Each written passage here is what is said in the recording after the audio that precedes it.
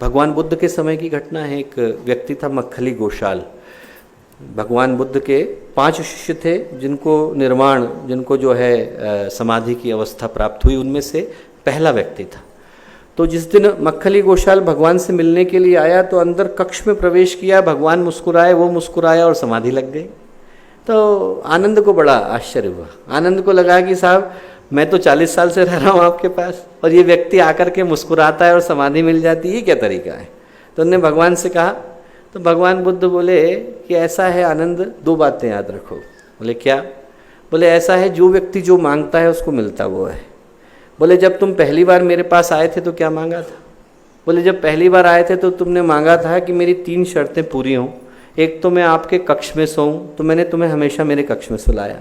एक आपने कहा कि हमेशा मैं जिससे मिला हूं उससे आप मिलो, मैंने किसी व्यक्ति को मना नहीं किया। तीसरा तुमने कहा कि मेरे सारे प्रश्नों का उत्तर दो, तो मैंने तुम्हारी सारी जिज्ञासाओं को पूरा किया। बोले इसमें समाधि कहाँ है? इन 3 प्रश्नों में तुमने निर्वाण कब मांगा था? बोले यदि मांगा नहीं तो मिलेगा कैसे? और बोले वो मक्खली गोशाल एक ही सोच लेकर के आया कि मुझे भगवान के पास समाधि चाहिए, इसके अलावा और कोई प्रश्न नहीं था। जैसे ही उसने मुझे देखा वो पूर्णता मिल गई। तो हम लोग गुरुदेव के पास हैं तो पूछें कि हम लेकर के क्या आए, हमारे मन में कामना क्या है।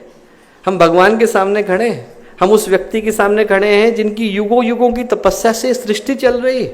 हम उन गुरुदेव माता जी के शिष्य हैं जिनको आप अभी नहीं जानते। अरे महान है वो, उनका शिखर हम लोग नहीं जानते, उनका अंत हम लोग नहीं जानते, उनका विस्तार हम लोग नहीं जानते। उनके पास हम लोग खड़े हैं तो अपने आप से पूछें कि यदि गुरुदेव से कुछ मांगना ही है तो कम से कम समाधि तो मांगे। यदि गुरुदेव से कुछ मांगना ही है तो साधना की पूर्णता तो मांगे।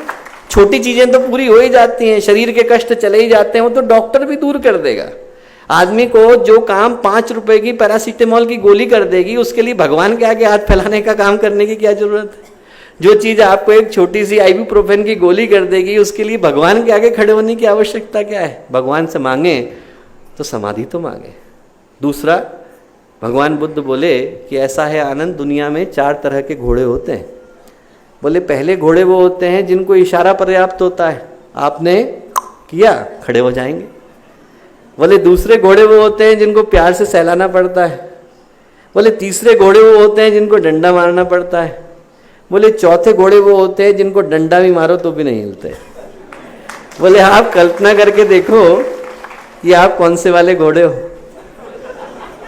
हम लोगों को ये सोचने की आवश्यकता है कि हम कौन से वाले हैं, हमारे लिए पर्याप्त है या फिर भगवान को अपने हाथों को कष्ट देने की आवश्यकता है।